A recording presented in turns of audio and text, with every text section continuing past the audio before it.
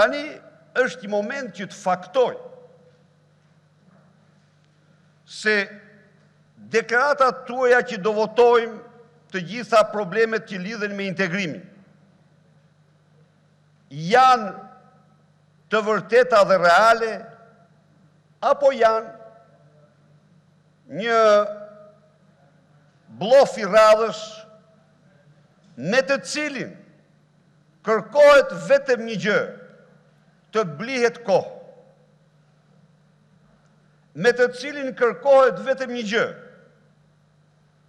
të mund të hidhet pak hi syve shqiptarve se ne po themi se do votojmë, por nuk do votojmë dhe ne nuk po pengojmë.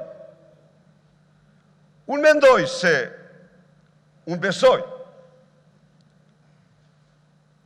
në rrafshin politik,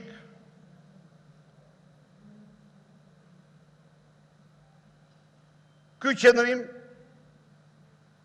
do të ndëshkonte çdo shqiptar, por do ndëshkonte në mënyrë të parikthyer autorët e tij.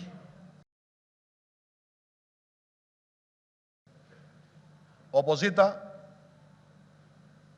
në datën 5 nëpërmjet liderit vet dhe grupit parlamentar të vet ju ka dhënë përgjigje të gjithave atyre që shtruat ju. Ne presim reagimin tuaj.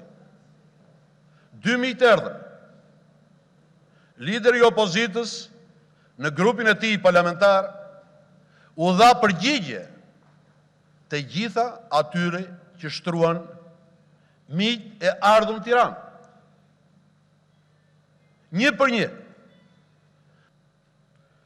Dhe e vërteta është që as ata dhe as njëri s'do pranonte hidhje syve. E para e dyta,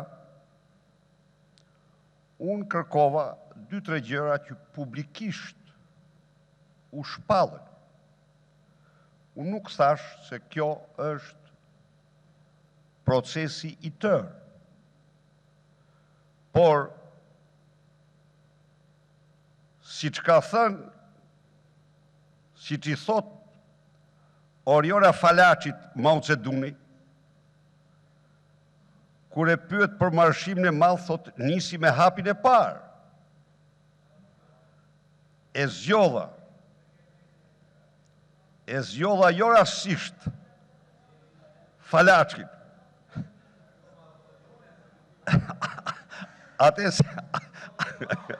Edhe atë jo rastisht. Pra, urdhoni të hedhim hapat e para. Dhe unë nuk them që ky do jetë procesi përfullimtar.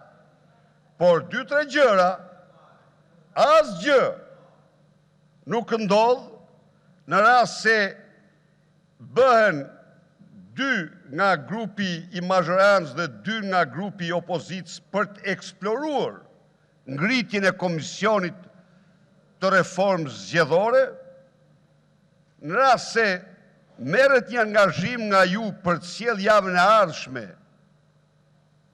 kandidatin për avokat të popullit, pra, këto nuk janë detyrime në ai qeverisë. Janë detyrime që ju i përmbushni në funksion të ushtrimit të pushtetit që u kanë dhënë zgjedhësit shqiptar. Tani, kjo është thirrja ime, në mënyrë që tjerë të mos mendojnë, të besojnë që jeni të sinqert në këto që thoni.